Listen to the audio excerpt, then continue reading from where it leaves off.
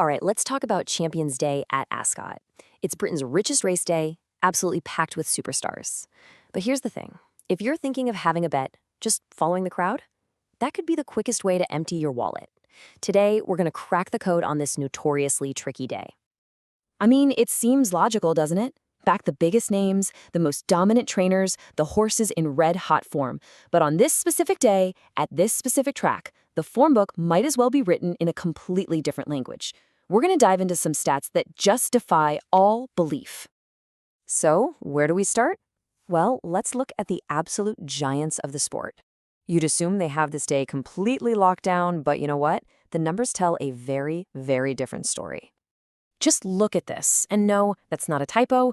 That chaotic string of numbers, that is the recent record of the legendary trainer Aidan O'Brien at this meeting. Since 2019, he's had just one single winner from over 30 runners. Honestly, it looks more like a lottery ticket than the form of a master trainer. And here's what that chaos means in the real world. If you just put 1 pound on every single one of his 91 runners at this meeting over the years, you'd be down 62 pounds, just gone. The lesson here is pretty clear. Blindly following the biggest name is a losing strategy. And it gets even more specific, even stranger, when you look at the day's big feature race, the Champion Stakes. O'Brien has sent 25 top-class colts to this race. We're talking huge names like So You Think and Ruler of the World. And not a single one has won, 0 from 25. But his fillies, from just 4 runners, they've got a win, 2 seconds, and a third. It's a trend that just makes you scratch your head. And hey, it's not just O'Brien. Let's talk about the unbeaten legend himself, Frankel. As a racehorse, he was perfect. But as a sire, well, his kids have had a shocking record at this meeting. This quote really says it all. Despite all his world-class progeny, only one horse, Cracksman, has ever won for him here. It's unbelievable.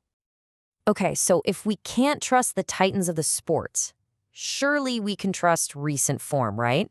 I mean, a horse that's fit and has just won a race should be the one to back. Right? Well, maybe not. Get a load of this. Cracksman and Farsh both won the Champions Stakes after being off the track for 4 or 5 months. But the all-time champion of comebacks has to be Rite of Passage. He won the Long Distance Cup after a staggering 510 days off. That is nearly a year and a half without a single race. And if you think that's strange, it gets even weirder. In the Fillies and Mares Stakes, it seems like coming dead last in your previous race is actually a pretty good prep. Both the 2021 and 2022 winners trailed home at the back of the pack right before storming to victory at Ascot. It makes absolutely no sense, but it happened. Twice. This trend of losing is the new winning just keeps going in the sprint race. The big prep for it is the Sprint Cup at Haydock. Okay, so 7 recent Champions Day winners ran in that race first. And here's the kicker. 6 of them were beaten at Haydock. It's almost like you need to get beaten there to win at Ascot. So the big names are vulnerable. And recent form can be a total red herring. This has to be causing absolute chaos in the betting markets. So let's take a look at where the smart money might actually be. Let's talk about the sure things. You know, the horses priced odds on, the ones the market thinks just cannot lose. Well, it turns out they can. A lot. Their record is exactly 50-50. It's a pure coin toss. Even absolute superstars like Baid and Stradivarius were famously turned over here at tiny odds. And to really hammer that point home, what does this number mean? 28. That's how many market leaders priced at 2-to-1 or shorter have been defeated since 2011. 28 supposed good things sent home beaten. This day is an absolute graveyard for short-priced favorites. So, if the shorties are getting beaten, where are the winners coming from? Well, you might want to look across the channel. The French horses have a phenomenal record in the Queen Elizabeth II Stakes. From a tiny group of just 15 runners, they've produced 4 winners and 3 runners-up. The strike rate is just off the charts. And this isn't just a fluke in one race either. A grand total of 23 winners on Champions Day had their previous start in France. So if you see a horse has been running at Longchamp or Deauville, that is a massive, massive clue. Okay, so let's take a breath. We've busted the myths, we've thrown out the old rulebook, and we've uncovered some truly bizarre trends.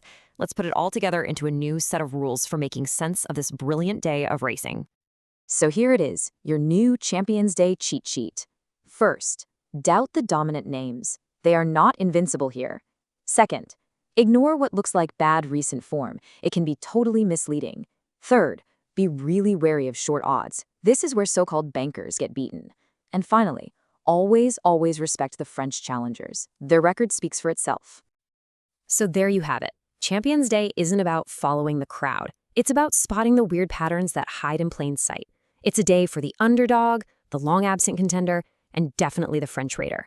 The only question left is, who fits the profile this year?